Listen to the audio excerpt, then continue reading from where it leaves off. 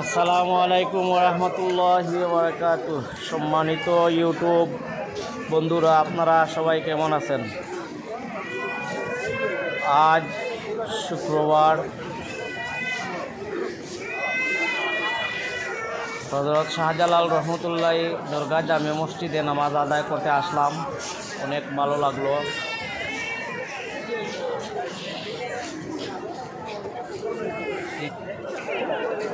শাহজালাল মজরদে এমনই 360 আউলিয়ার পূর্ণভূমি এই সিলেটে।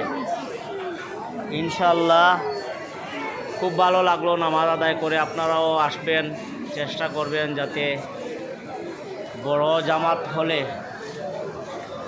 কারো না কারো দুয়ার উসিলায় আল্লাহ তাআলা আপনার মনের আশা আকাঙ্ক্ষা সবগুলো পূর্ণ করবেন। আজ শুক্রবার, সামনে